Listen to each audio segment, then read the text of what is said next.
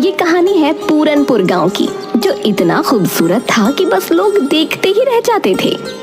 वहाँ के लोग भी बहुत सरल और सादे थे, लेकिन उस गांव में एक हवेली थी जिसके पास जाने से लोग कतराते थे, क्योंकि वहाँ वो थी। लगता है बारिश शुरू हो रही है। अरे जल्दी जल्दी चल स्वामी। हाँ हाँ चल रहा हूँ, लेकिन तू ये हवेली की तरफ क्यों ले जा रहा है भाई? अरे ये छोटा रास्ता है ना। हाँ ये बात तो है। चल जल्दी चल। लेकिन जैसे ही वो लोग हवेली के पास पहुँचे तो बारिश बहुत तेज हो गई और ओले भी गिरने लगे। हे भगवान, ओले गिरने लगे। अरे भैया मेरा तो सिर ही फूट जाएगा इन ओलों से। हाँ अरे जल्दी कोई छत ढूंढ। अरे अरे सामने वो हवेली है ना, इसमें चलते हैं चल। अरे नहीं नहीं भैया, उस हवेली में मत जा। अरे तुझे रुकना है तो रुक, लेकिन मैं तो जा रहा हूँ अंदर। मुझे चोट खाने का कोई शौक नहीं है, समझा?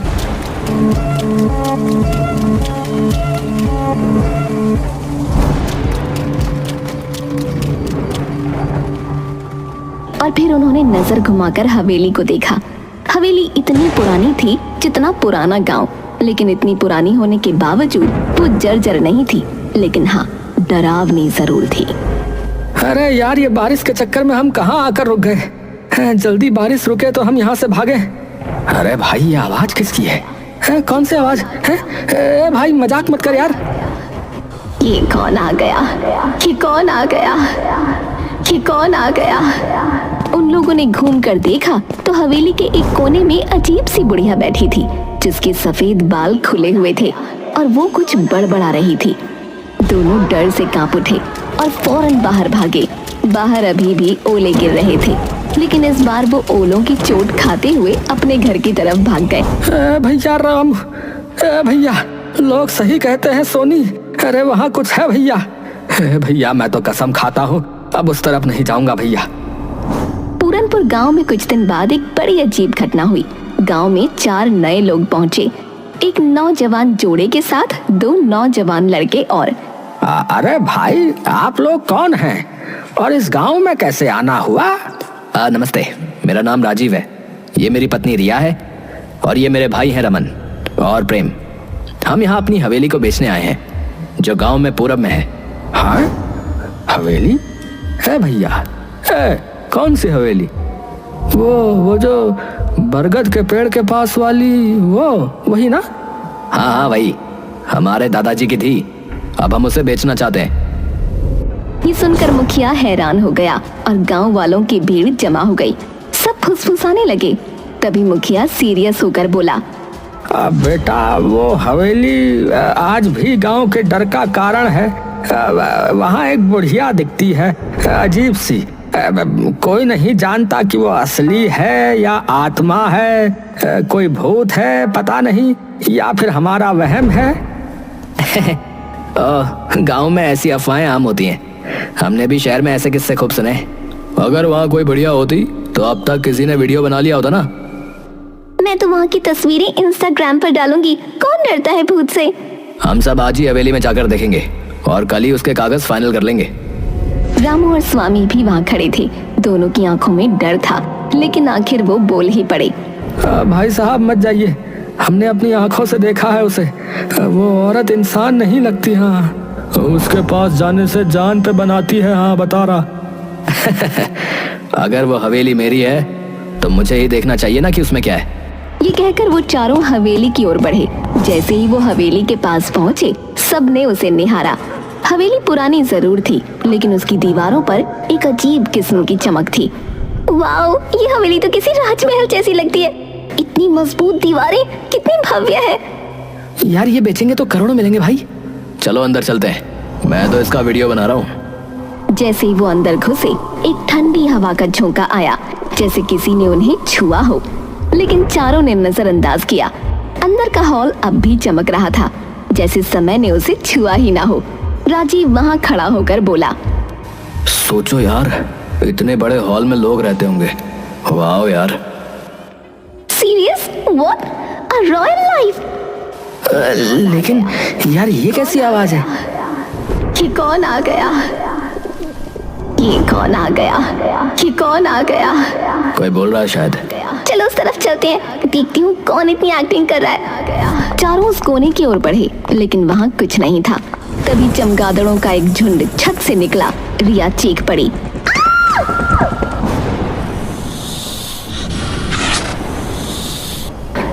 अरे बाप रे, सांप! अरे भागो भाई! हे भगवान, ये हवेली तो जंगल हो रखी है। अफवाहों का भूत और असली जानवरों का आतंक। राजीव, रिया, रमन और प्रेम हवेली की सुंदरता और रहस्यमयी माहौल से प्रभावित होकर वहां से निकलने ही वाले थे कि अचानक हवेली के अंदर एक अंधेरे कोने में कुछ हिलता डुलता दिखा। सभी की निगाहें उस कोने की ओर मुड़ी। वहां एक औरत बैठी थी, उसी हवेली की वही रहस्यमयी बुढ़िया जिसकी बातें गांव वाले करते थे।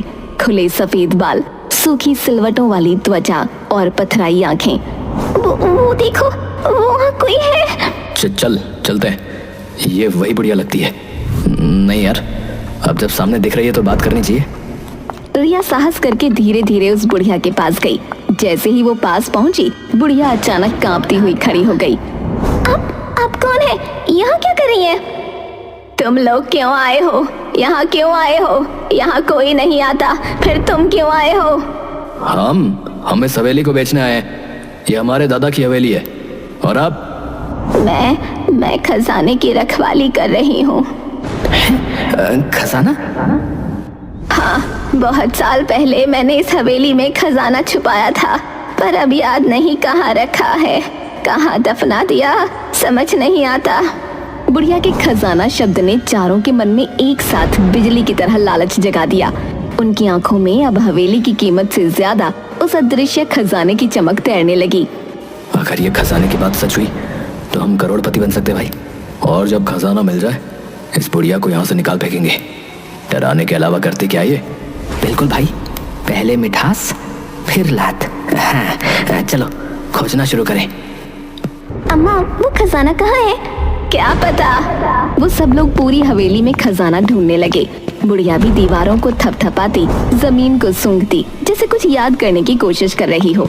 लेकिन 4 घंटे तक पूरी हवेली छान मारने के बाद भी कुछ नहीं मिला।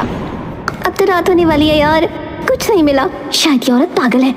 हम कल फिर आएंगे, तब तक आप याद करने की कोशिश करना कि वो खजाना कहाँ है। चारों लोग गांव लौट आए। गांव वालों को जब ये पता चला कि उन्होंने बुढ़िया से बात की और खजाने की भी बात सुनी, तो पूरा गांव भौचक्का रह गया। क्या तुमने उससे बात की? उसने सच में खजाने की बात कही? हम बरसों से डरते आए हैं उस हवेली से, और तुम लोग खजाना ढूंढ रहे हो? अगर सच में खजाना हुआ तो हम सबको फायदा होगा। फिर कल चलो हमारे साथ। अगर कोई खजाना मिला तो हिस्सा मिलेगा। गांव वाले पहले तो हिचकिचाए, लेकिन हिस्सा शब्द सुनकर उनकी आंखों में भी चमक आ गई। अगले दिन राजीव, रमन, प्रेम, रिया के साथ गांव के 10-12 लोग भी हवेली पहुंचे। वो देखो भाई, वही बुढ़िया। हे भगवान, मुझे यकीन नहीं हो रहा है मैं यहाँ वापस आ गया। चलो सब, आज इस हवेली का कोना कोना उलट डालो। चलो।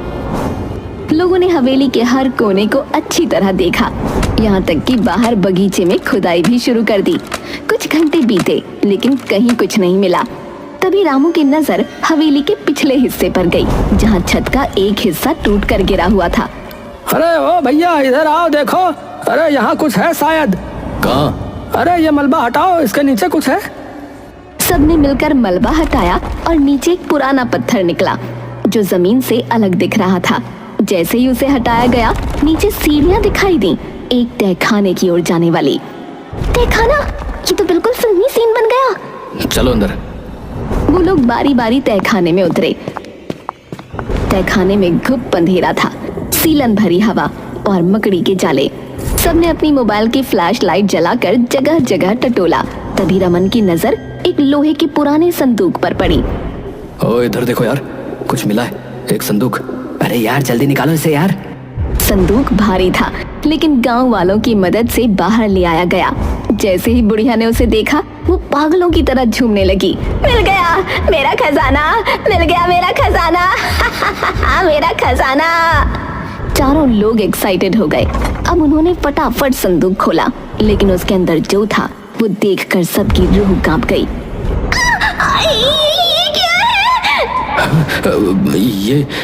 ये तो किसी बच्चे का कंकाल है। चारों तुरंत पीछे हट गए, लेकिन बुढ़िया संदूक को पकड़कर बैठ गई और उसकी आंखों से आंसू बहने लगे। ये क्या है? तुमने तो कहा था खजाना है। जवाब दो, ये क्या है? बताती हूँ, सारा सच बताती हूँ। बुढ़िया ने बताना शुरू किया कि उसका नाम गौरी था। एक समय में जवान, सुंदर और भोली भाली गौरी अपने पति और ससुर के साथ इस हवेली में रहती थी। पर किसे पता था कि जिस घर को वो स्वर्ग समझती थी वो एक दिन उसका नर्क बन जाएगा। बाबूजी, वो आपकी बहू ना माँ बन गई। देखिए, बेटी हुई है, कितनी सुंदर है ना। क्या कहा? बेटी? तुझे शर्म नहीं आती है? हमारे खानदान में बेटी नहीं होती, बेटा चाहिए था, बेटा। मुझे तो इससे बात भी नहीं करनी, निकम्मी औरत। गौरी के पति ने न तो बेटी को गोद में लिया, न कभी उसकी शक्ल देखी। बच्ची के जन्म के साथ ही मानो हवेली का हर कोना ठंडा और बेरंग हो गया। गौरी अकेली पड़ गई। अपनी नन्ही जान को सीने से लगाकर हर दिन अपमान और तानों से लड़ती। बाबा, मैं क्या करूं? मुझे बेटा चाहिए, कोई उपाय बताओ। उपाय है, अपनी बेटी की बलि चढ़ाओ। रक्त की आग में पुत्र की राख से जन्म होगा। उसने बिना कुछ सोचे तांत्रिक की बात मान ली। एक रात हवेली के तहखाने में जहां अंधेरा रहता था, वहीं उसने अपनी ही बेटी की हत्या कर दी। उसके साथ उसका ससुर और 2 नौकर भी थे। सबने देखा, लेकिन सब चुप थे। उधर गौरी की आंख खुली तो बच्ची को न देखकर तड़प उठी। मेरी बच्ची कहाँ है? वो तो मेरे साथ थी। गौरी उसे हर जगह ढूंढते हुए आखिरकार तहखाने की ओर भागी और वहां का नजारा देख चीख पड़ी। नहीं, ये क्या कर दिया तुमने? मेरी बच्ची! गौरी पागल हो गई। उसके भीतर की मां जल उठी। उसी तहखाने में पड़ा एक बड़ा चाकू उठाया और एक एक करके सबका खात्मा कर दिया। मेरी बच्ची के खून से कोई बेटा नहीं मिलेगा तुझे, सिर्फ अभिशाप लगेगा तुझे। सब मारे गए और गौरी वहीं तहखाने में अपनी मरी हुई बच्ची की लाश को सीने से लगाए घंटों बैठी रही, शायद कई दिन। और फिर एक दिन उसने उस नन्ही लाश को एक संदूक में बंद किया, जैसे वो कोई खजाना हो। सो जा मेरी रानी, अब कोई तुझे नहीं छीन सकता, तू मेरा अनमोल खजाना है।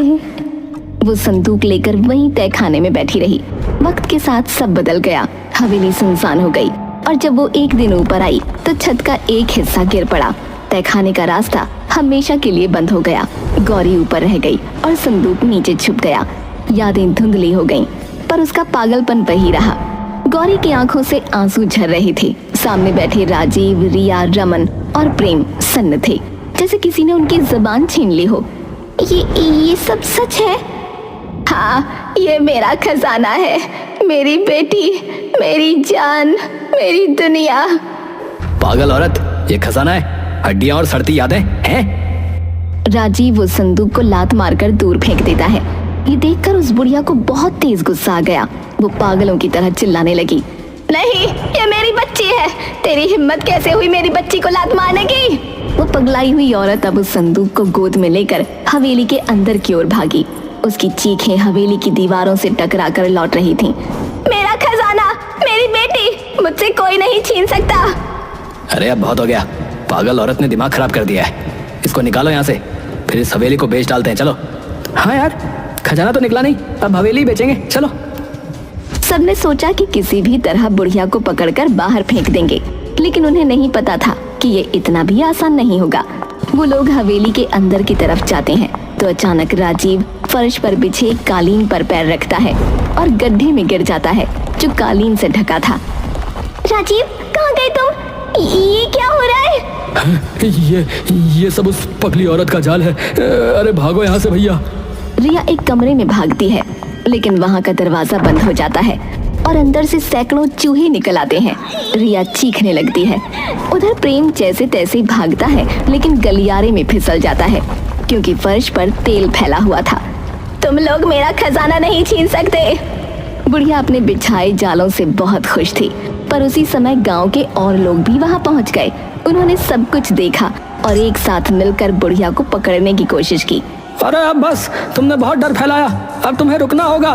बहुत संघर्ष के बाद बुढ़िया को पकड़ लिया गया राजीव उठ खड़ा हुआ और बोला, मैं पुलिस बुलाता हूँ। हाँ, ये औरत पागल है, हमें मारना चाहती थी।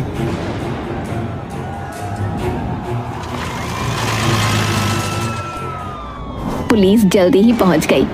सर, हम तो ये हवेली बेचने आए थे। ये औरत हम पर हमला कर रही थी। पागल है सर ये। हाँ, मैं पागल हूँ, लेकिन ये हवेली मेरी है, मेरे खून से सींची गई है। तुम लोग इसे अपना कहते हो, क्या सबूत है तुम्हारे पास? पुलिस को बुढ़िया की बात सही लगी, इसीलिए उन्होंने उनसे कागज मांगे, सबूत मांगे, लेकिन चारों लोगों के पास कुछ नहीं था, न कोई दस्तावेज, न कोई अधिकार। गांव वाले भी अब शंका से भर उठे। राजीव बताओ, इस हवेली का इतिहास क्या है, बोलो। हम तो बस अरे वो क्या कर रहा है? हमें फोन करके तूने बुलाया ना, लेकिन अब लग रहा है कि तेरा झूठ पकड़ में आ चुका है। अब चुपचाप सच बोल दे, वरना सीधे जेल ले जाएंगे तेने। हाँ, हमने हवेली पर कब्जा करने की कोशिश की थी ताकि उसे किसी फॉरेनर को बेचकर पैसे कमा सकें। हमें किसी ने यहाँ के बारे में बताया था, तो हमने सोचा कि गांव वालों को बेवकूफ बनाकर अपना काम निकाल लेंगे। हमें माफ कर दीजिए। हैं? माफी?